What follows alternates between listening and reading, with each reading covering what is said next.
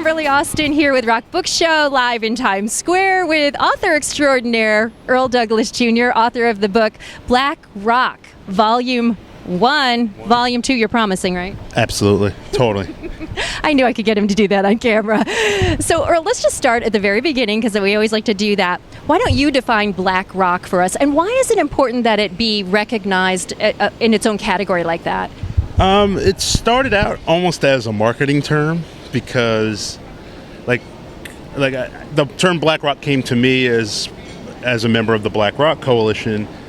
We've been around since 1985, and it was really set up to support and really champion artists of color who essentially are playing rock music. And everyone would say, well, isn't it R&B? Isn't it this? Isn't it rap? Is it... We know what? It's black rock. That way there's no question whatsoever whether or not it's rock and roll music. And then, rock and roll, as I call it, because everyone says rock, but it's really rock and roll. But it has black DNA, and I thought it was really important to, and people within the organization thought it was very important to kind of bring that back into focus, not only with white audiences, but also with black audiences as well, because I grew up where they're like, why are you listening to that crazy music? And I'm like, it's a cultural thing for me. So, and then when you explain where the music came from, and if you go back to it, there's a whole black component to it. So that's really where black rock kind of came from. Yeah, definitely. There wouldn't be any black rock or any rock without the blues, that's for sure. Totally. So tell me more about the Black Rock Music Coalition that you talk about. Black Rock Coalition is, it's a collective, a very loose collective of artists, musicians, writers, photographers. And again, it's really, every scene has like a support group. And, Seattle had like the grunge scene, and, Texas had the kind of the Tex-Mex scene. And the Black Rock Coalition was formed to show artists of color that, you're not alone doing the rock thing. So it started with Vernon Reid, Conda Mason, Greg Tate, Kelvin Bell, Melvin Gibbs, Tracy Morris, Shanda Silva. This group of artists and writers, they all got together and said, let's have kind of a place where artists can all come together and really support more than anything else. And then, they did shows together. We'll do showcases. We've done workshops. It's kind of grown into this really communal thing, not only here in New York, but also in Los Angeles. We have a chapter. Great scene happening in Philly, great scene happening in Canada, and now it's kind of cool. I mean, again, it's very loose, but it's kind of become a global thing. So it's really kind of taken on this life of its own. That's so cool. And you talk about Philly, and that makes me think about the Roots, especially now because they're Jimmy Fallon's house band. And now, so here's this black rock group on national television every night. How's that feel? Oh, every night. And then what's great about them is they play everything. They don't lock into just the hip hop thing. They could play, the theme from a TV show. They can do silly bits with Jimmy Fallon. They probably are like the single most flexible band in America working today, outside of maybe the Letterman band. And the fact that I don't know when they sleep, because they always are I'm a big Twitter head, and I follow Questlove, and he'll be like, we'll tape the show, and then I'm DJing here, and then we got a show, and then we're flying to England, and then we're going to be back in time to do the show. And if I ever get a chance to sit down with when do you actually rest? When do you guys sit down and talk and just kind of chill? I know. I actually follow Questlove too, and I've had the honor of watching him not only DJ but then sit in with a bunch of bands doing whole different genres of music. And he lost his drumsticks and he started just drumming with his Afro pick. I mean, he just never quits. He doesn't give up. He is they are easily the hardest working band in show business right now. Yeah, I love to watch them live. If you ever get a chance, definitely check out the Roots. Now, I want to go back and talk a little bit more about the book, because the book is really Earl's personal collection of photographs and memories of different artists and bands. And when you were doing that just as a fan almost, did you ever consider that in the back of your mind this was going to someday be a book? It kind of started out as just me documenting, because I'm now the executive director of the BRC, and we would do all these amazing shows and go to amazing shows, and And I always thought, I was like, is anyone like really documenting what is happening here? And so I would bring a camera with me everywhere.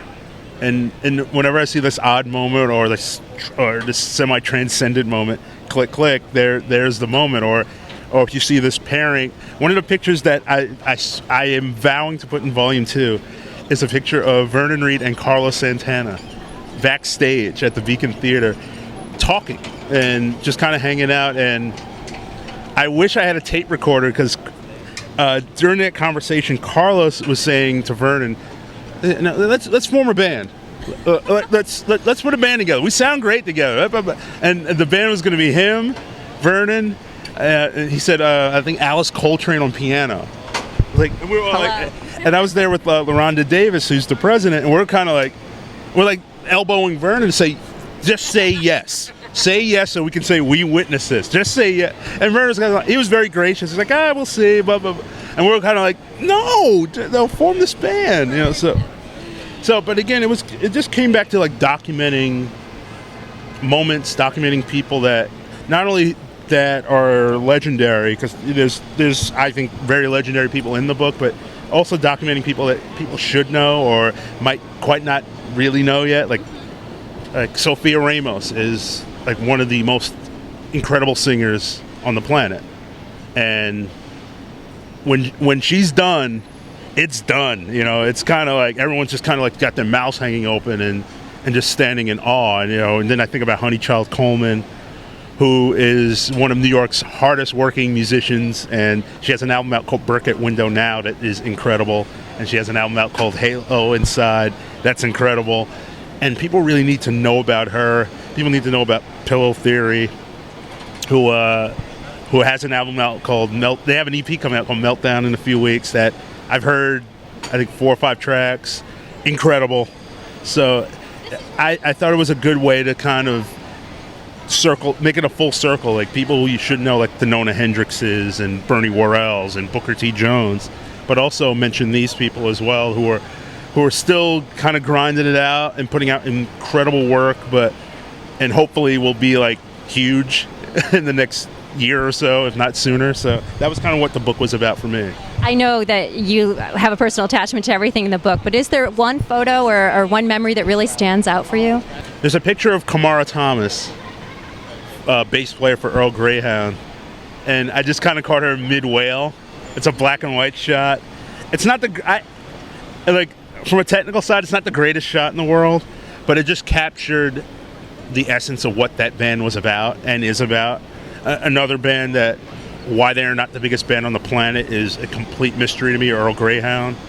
I think that's the one shot. It just captures the whole experience of what, like, if there's one shot that said Black Rock Volume 1, that is the single definitive shot. And I know that you're a big Fishbone fan, and you have a great story about the first time you saw Fishbone. You got to tell everybody. I saw them. I think it was the New Music Seminar, which was I think about 4 blocks up from here. But they did a showcase with Living Colour at the Ritz, and this is my first show ever. I'm 17. I don't know any better. And I get there like really early. I was a volunteer, so with the badge you can get pretty much anywhere. So I get there really early, and I'm heading towards the front of the stage. And my friend Mac, who was working security for them, he says, "Where are you going?" And I'm like, "I'm going to the front of the stage." He goes, "Have you ever been to a Fishbone show?" And I go, "No." And he goes, "Come with me. You're sitting upstairs with me because you don't know what's going to happen." So again, not knowing any better, I completely take his word for it. I go upstairs. First thing is, I end up sitting right next to the band while Living Colour comes on. And Living Colour comes on, and they destroy it. And Fishbone's sitting at the edge of the balcony, and they're just kind of looking, and they're like looking, and then Living Colour's done, and then they just kind of nod their heads. They look at each other, nod their heads, and they go. Show starts. There's bodies flying everywhere, on stage, off the stage, in the pit. The pit is like this whirling dervish of just bodies and sweat, and I just look at my friend Mac and I go, "Thank God you got me up here," because I already got crushed. I mean, it was the most incredible, most it was organized chaos. Fishbone, that original lineup, was the single greatest band I've ever seen live on a stage. It was, I can't even put into words. The best thing you could do right now to capture that is to see their movie. They have a movie out called Everyday Sunshine. It's making the rounds now. It's incredible. It's one of the best documentaries ever made about a band. And Fishbone's the greatest band you've ever seen. So now I want to ask you, who would you say are the 3 definitive influences in black rock? Because should I tell you mine first? Oh, sure. Okay. Mine are Prince, Bad Brains, and Living Colour. That's a good 3. See, I think Prince is... You didn't expect me to do that, did you? I think Prince is kind of its own entity. But if I had to name like my 3, it would, Bad Brains, Living Colour, Fishbone. And I wish I could have like a 5, because 5 would be probably, I would say Tamara Kali, who's in the book, because just for the combination of talent and energy and incredible songs, she's another one who's like extraordinary. She has an album now called Black Bottom, which is one of the best albums to come out in like eons. And then I would probably put like a Spies, 24/7 Spies, just for energy and just like having fun. And there's too many bands for me. Earl Greyhound, it goes on and on for me. Yeah, and actually it's kind of great that it is that way for you, because I want to ask you, how do you see things now for black rock? Where is it? What's it doing? Where's it going?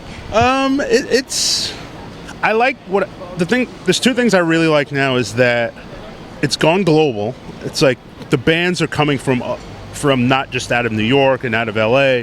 They're coming out of England. They're coming out of South America. They're coming out of Philly. They're coming out of just odd places now. So I like that it's kind of become a global thing, especially with London, with Corinne Bailey Rae and I think the Cherry Valentines and Ebony Bones out of London. And then you got mainstays like the Basement 5 and Rolling Gift of the Fine Young Cannibals.